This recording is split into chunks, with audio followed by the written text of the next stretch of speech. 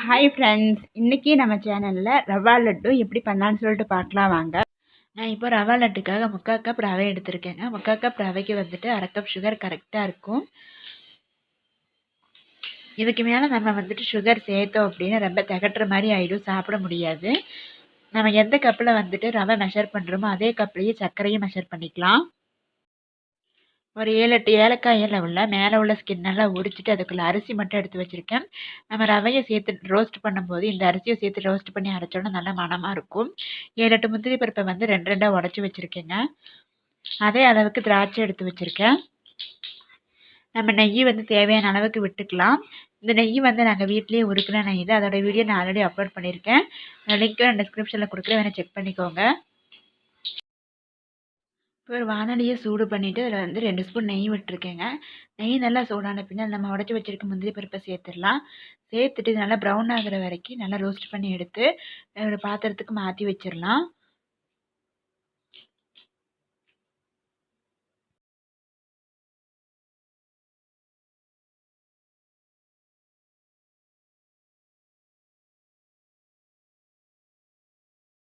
நம்ம ரோஸ்ட் பண்ண முந்திரியை வந்துட்டு வேறு பாத்திரத்துக்கு வந்து ட்ரான்ஸ்ஃபர் பண்ணியாச்சுங்க. அதே நெய்யிலேயே நம்ம எடுத்து வச்சுருக்க திராட்சையை ஆட் பண்ணிடலாம். ஆட் பண்ணிட்டு நல்லா பலூன் மாதிரி உப்பி வர்ற வரைக்கும் அப்படி நல்லா ரோஸ்ட் பண்ணி எடுத்துக்குவோம். இதையே வந்து அதே பாத்திரத்துலேயே மாற்றி வச்சிடலாம்.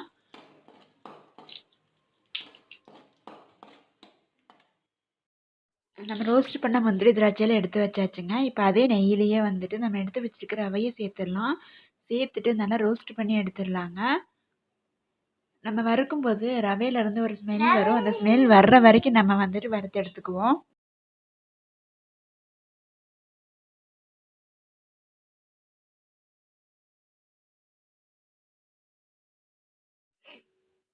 இது கொஞ்சம் ரோஸ்டான பின்ன அதே ரவையிலேயே நம்ம எடுத்து வச்சுருக்க 7 அரிசியை சேர்த்துடலாங்க.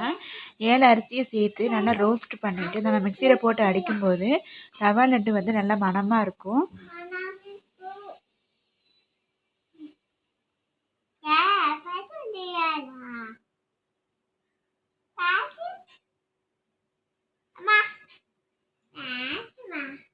பேசுகிறேம்மா இருங்க.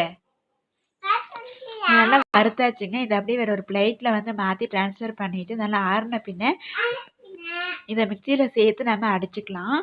அடித்து நல்லா பவுடர் பண்ணிக்கலாம்.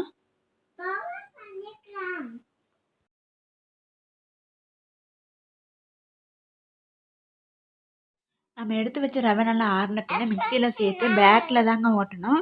நல்லா ரிவர்ஸில் வந்துட்டு ஓட்டி நல்லா ரவையை முதல்ல பவுடர் பண்ணிவிட்டு இதுலேயே வந்து நம்ம எடுத்து வச்சுருக்க சுகரை சேர்த்து ரிவர்ஸில் ஓட்டி பவுடர் பண்ணிக்கலாம். நம்ம ரோஸ்ட் பண்ண ரவை அப்புறம் வந்து சர்க்கரை ரெண்டுமே சேர்த்து அது ரிவர்ஸில் தாங்க ஓட்டணும். ரிவர்ஸில் சுற்றி நல்லா பவுடர் எடுத்து வச்சுருக்கேன். நம்ம பவுடர் பண்ணி வச்ச ரவையை வந்து பிளேட்டில் சேர்த்தாச்சுங்க. சேர்த்துட்டு நல்லா அப்படியே மிக்ஸ் பண்ணி விடுவோம். இப்போ பாருங்கள், இந்த ரவையில் வந்துட்டு நல்லா உருண்டை பிடிக்க வரல. இப்போ இந்த ரவையில் வந்துட்டு நம்ம ரோஸ்ட் பண்ணி வச்சுருக்க முந்திரி திராட்சையை ஆட் பண்ணிடலாங்க. ஆட் பண்ணிட்டு நல்லா எல்லா பக்கமும் நல்லா பரவுற மாதிரி நல்லா மிக்ஸ் பண்ணி விடலாம்.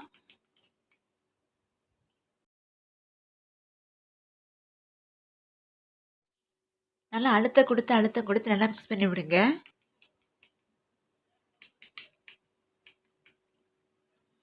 இப்போ இதில் நம்ம வந்து நெய் சேர்த்துக்கலாம்.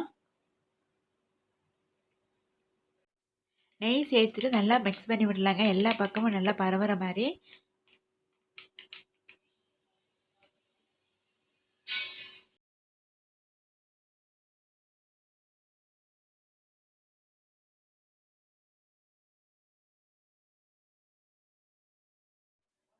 இந்த ரவா லட்டு செய்கிறதுக்கு வந்து கிட்டத்தட்ட 6 ஸ்பூன் நெய் தேவைப்பட்டுச்சுங்க.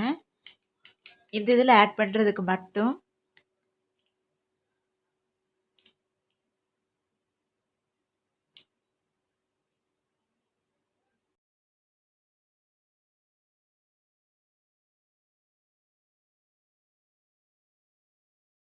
இப்போ ரவா வந்துட்டு ஒரு நல்லா உருண்டை பிடிக்கிற அளவுக்கு வந்துருச்சுங்க. இப்போது நம்ம இதில் இருந்து லட்டு பிடிக்க ஆரம்பிச்சிடலாம். நம்ம வந்துட்டு எந்த அளவுக்கு லட்டு வந்து நல்லா அழுத்தம் கொடுத்து பிடிக்கிறோமோ அந்த அளவுக்கு நல்லா ரவுண்டாக உடையாமல் வரும்.